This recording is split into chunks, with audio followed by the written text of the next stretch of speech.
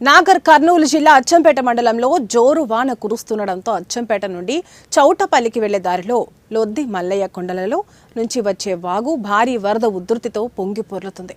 ఈ వాగు దాదాపు 10 సంవత్సరాల తర్వాత ఉధృతంగా ప్రవహిస్తుండటంతో చౌటపల్లికి నుంచి బాణాల, బిల్లకలు, వెంకటగిరి వెళ్లే గ్రామాలకు పూర్తిగా అచ్చంపేటకు రాకపోకలు నిలిచిపోయాయి. ఈ వాగు దాటి వెళ్లే వ్యవసాయ కూలీలు మరియు వ్యవసాయదారుల పనులకు ఆటంకం కలిగింది.